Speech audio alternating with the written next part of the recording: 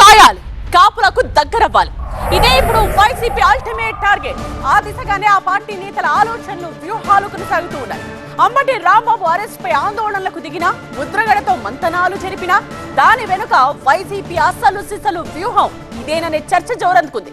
Latest గా మరోసారి ముద్రగడతో చర్చించిన వైసీపీ నేతలు ఫ్యూచర్ ప్లాన్ పై చర్చించారు.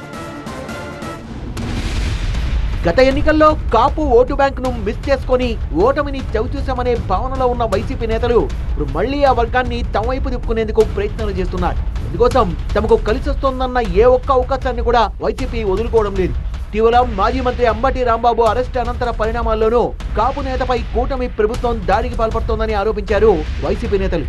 వైసీపీలోని కాపు నేతలంతా భారీ ర్యాలీగా వెళ్లి అంబటి కుటుంబాన్ని పరామర్శించారు. రకంగా కాపు వర్గానికి తాము ప్రాధాన్యత ఇస్తున్నామని సంకేతాలు ఇచ్చారు. లేటెస్ట్ గా వైసీపీ కాపు నేతలు ముద్రగడ పద్మనాభంను ఆయన స్వగ్రామం కిర్లంపూడిలో కలిశారు. మాజీ మంత్రి అమర్నాథ్, కరణం ధర్మశ్రీ, చిన్న శ్రేణుతో పాటు బొడ్డేడ ప్రసాద్ ఈ భేటీలో పాల్గొన్నారు. రాష్ట్రంలోని తాజా రాజకీయ పరిస్థితులతో పాటు కాపులను ఆకర్షించే అంశాలపైనే సమావేశంలో ప్రధానంగా చర్చించినట్టు తెలుస్తోంది. తరువాత రాజమండ్రి జైల్లో ఉన్న అంబటి రాంబాబును పరామర్శించిన వైసీపీ కాపు నేతలు ఆయన్ను ప్రభుత్వం వేధిస్తోందని ఆరోపించారు. ఒక్క ఆంధ్రప్రదేశ్ రాష్ట్రంలో మాత్రం అంబేద్కర్ గారు రచించినటువంటి రాజ్యాంగం నడవట్లేదు. కేవలం లోకేష్ రచించినటువంటి రాజ్యాంగం, రెడ్ బుక్ రాజ్యాంగం మాత్రమే నడుస్తూ ఉంది అనేటువంటి దానికి ఇవన్నీ ఉదాహరణలు. మీరు రేపు బిల్ గేట్స్ గారిని తీసుకొని వస్తే ఉంది, లేకపోతే ఇంకొకరిని తీసుకొస్తే ఉంది. ఈ రాష్ట్రంలో లా అండ్ ఆర్డర్ లేనప్పుడు,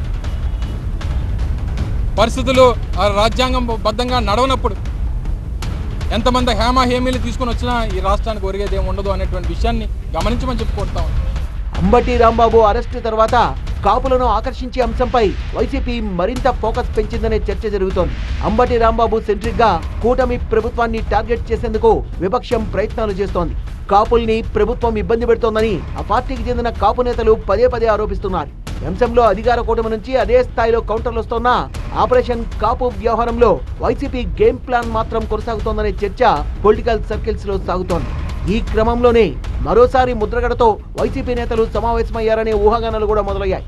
2014-2019 మధ్య వైసీపీకి కాపులను దగ్గర చేయడంలో ముద్రగడ కీలక పాత్ర పోషించారనే వాదన ఉంది. మరోసారి ఆయన డైరెక్షన్ లోనే ఆపరేషన్ కాపు చేపట్టేందుకు వైసీపీ నేతలు ప్రయత్నిస్తున్నారనే టాక్ గట్టిగా వినిపిస్తోంది. ఇక అంబటి రాంబాబు వ్యవహారం కూడా తమకు కలిసొచ్చే అంశమనే భావనలో వైసీపీ నాయకత్వం యోచిస్తోంది.